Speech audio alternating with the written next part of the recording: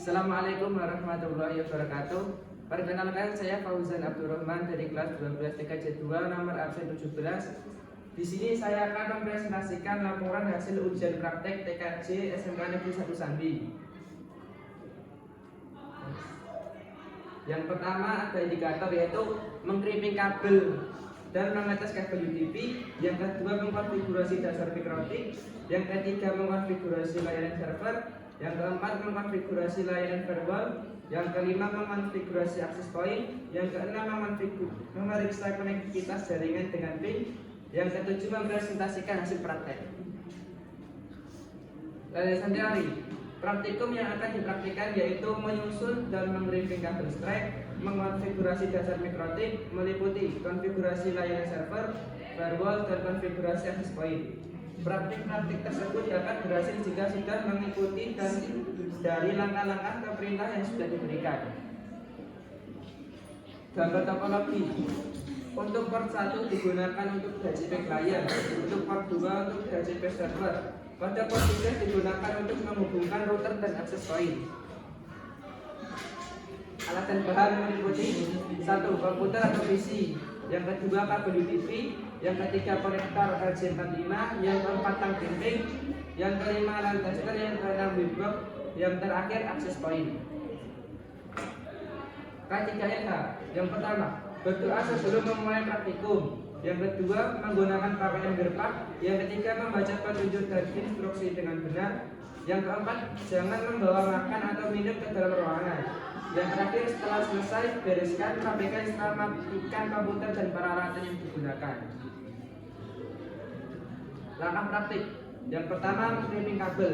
Kabel yang digunakan yaitu jenis strike untuk menghubungkan dua perangkat berbeda. Caranya, yang pertama kupas kulit luar kabel, lalu urutkan kabel sesuai warna. Masukkan ke konektor RJ45. Yang terakhir, tes dengan LAN tester.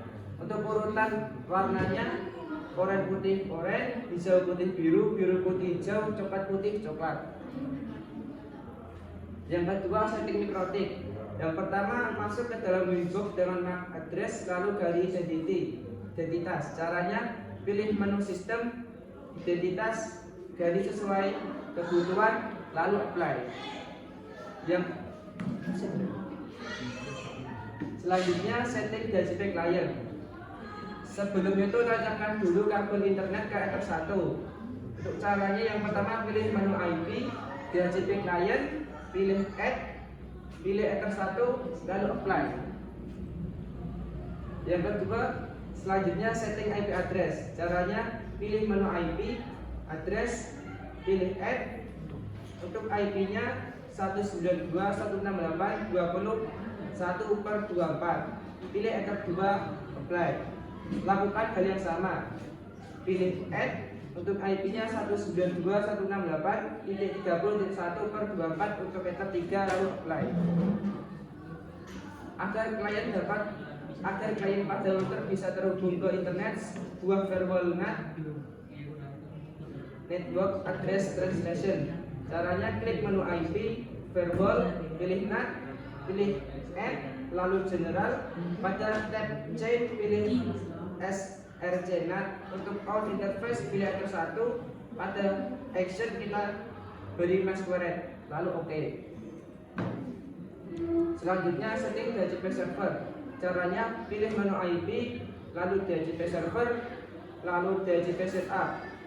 Pilih Ether 2, next sampai address to give out. Lalu pada klien kita batasi dari 2 sampai 100. Next sampai akhir. Lakukan hal yang sama dengan cara DHCP setup, pilih Ether 3, next sampai address to give out. Ganti klien dari 2 sampai 100, next sampai akhir. Yang selanjutnya, memblokir suatu situs dengan cara pilih menu IP. Selanjutnya, web proxy. Beri checklist pada enable, beri checklist pada just on this, lalu apply. Kemudian pilih menu akses, pilih add. Pada DST port diberi 80. Pada DST host diberi domain mikrotik.org. Pada action deny, lalu apply. Yang terakhir, setting access point.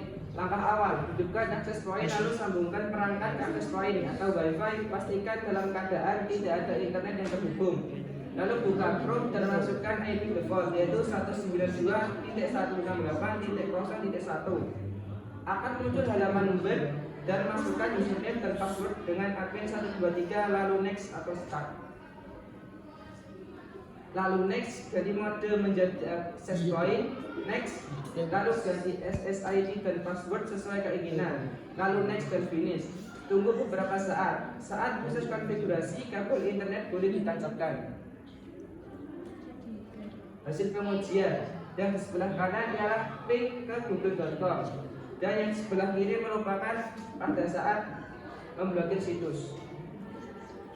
Kesimpulan, dari praktikum tersebut dapat disimpulkan bahwa jika kita dapat memahami dan mengikuti setiap instruksi atau perintah dengan baik dan benar, maka hasil praktik dapat selesai dan berhasil sesuai keinginan. Namun jika tidak mengikuti setiap instruksi atau perintah dengan tidak cermat, maka akan terjadi beberapa kendala. Sekian dari saya. Wassalamualaikum warahmatullahi wabarakatuh.